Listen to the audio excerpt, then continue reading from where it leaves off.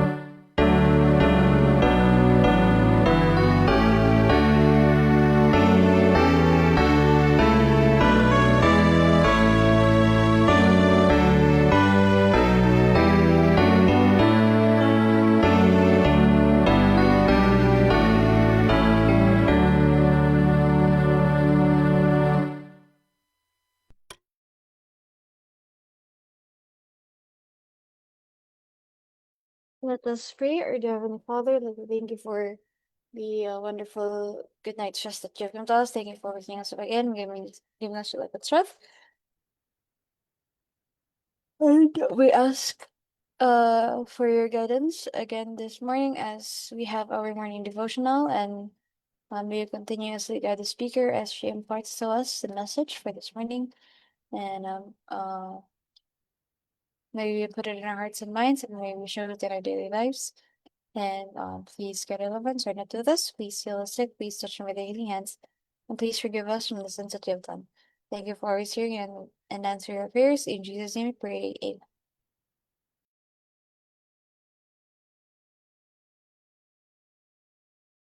Ayan, good morning po sa ating lahat and welcome back to our daily morning devotional. Ako po ang inyong speaker sa umagang ito.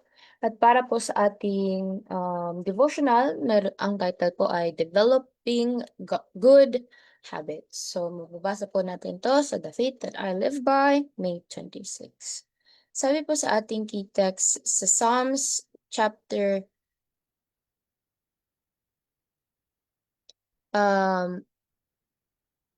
dapat po iba pala po ang nakalagay diyan. Ang sabi po sa Psalms chapter 119 to 101, sabi dito, I have retained my feet from every evil way that I might keep thy word.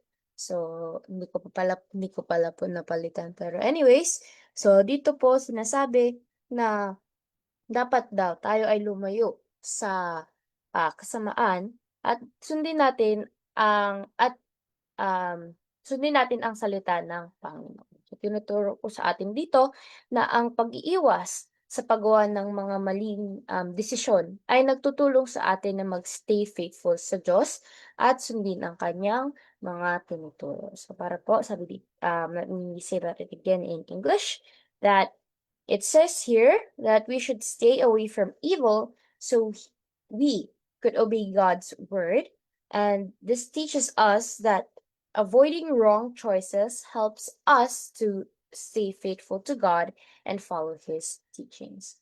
So we are nearing the end of time, and we want now not to meet the world's tastes and practices, but to meet the mind of God, to see what saith the Scriptures, and then to walk according to the light which God has given us.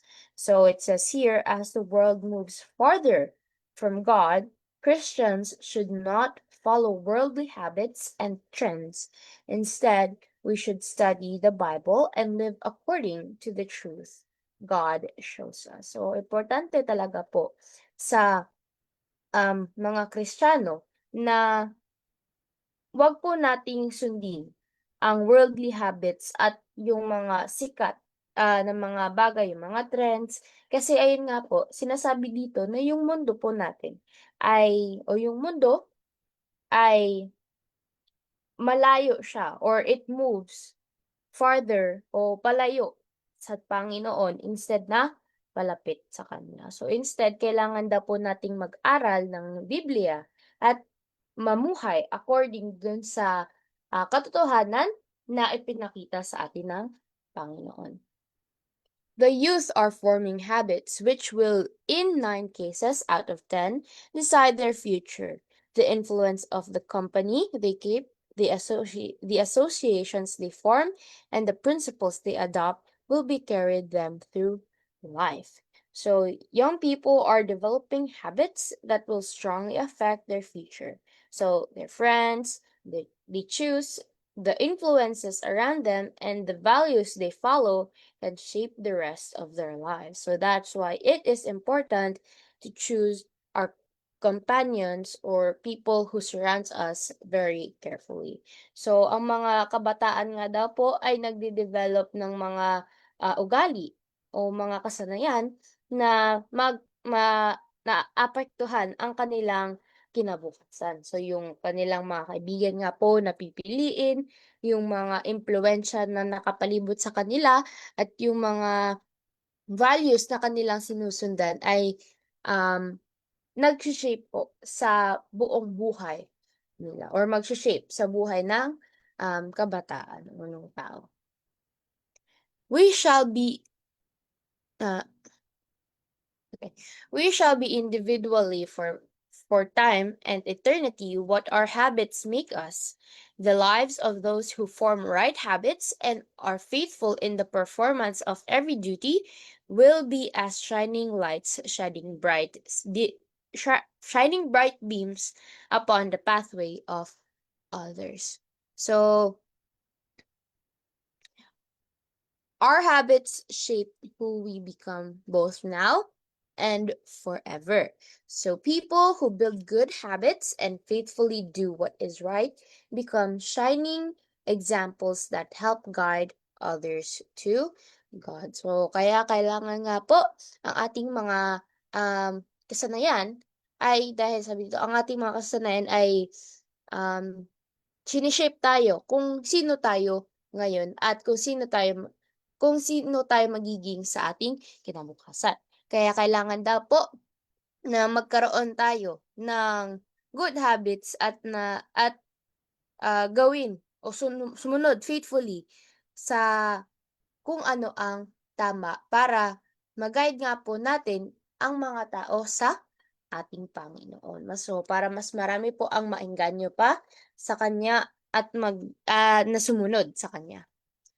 There is no need of being spiritually dwarfs if the mind is continually exercised in spiritual things, but merely praying for this and about this will not meet the necessities of the case. You must habituate the mind to concentrate upon spiritual things. Exercise will bring strength. Many professed Christians are in far way to lose both worlds. To be half a Christian and half a worldly man makes you but about 1/100th part a Christian and all the rest worldly.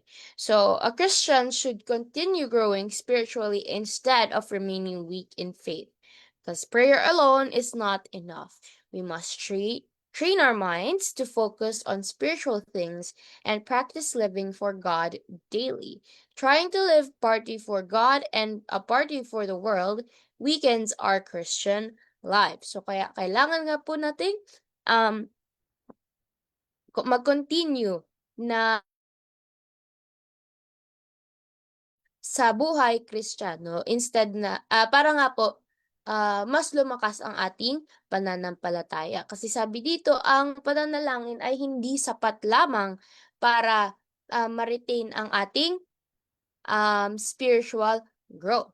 Kaya kailangan daw po nating i-train ang ating mga o sanayin ng ating mga utak na kailangan nating mag-focus sa mga spiritual na mga bagay at mag-practice tayo mamuhay for God araw-araw. So, kailangan daw po nating um, mamuhay. O kasi sabi dito, ang 'pag tayo ay naghati o kalahati tayong sumusunod sa Panginoon at kalahati tayong sumusunod sa mundo, mas humihina po ang ating Christian life. So, kaya ayun nga, sabi dun, you cannot serve God and Mammon at the same time kasi ayun nga po, kasi you might love the other and despise the other. So, kaya isa lang po talaga ang kailangan nating piliin.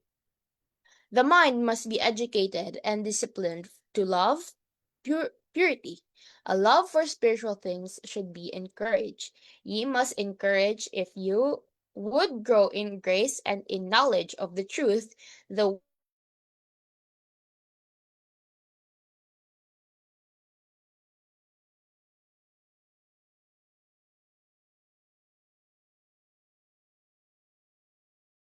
Jesus. Blessed are they which do hunger and thirst after righteousness, for they shall be filled.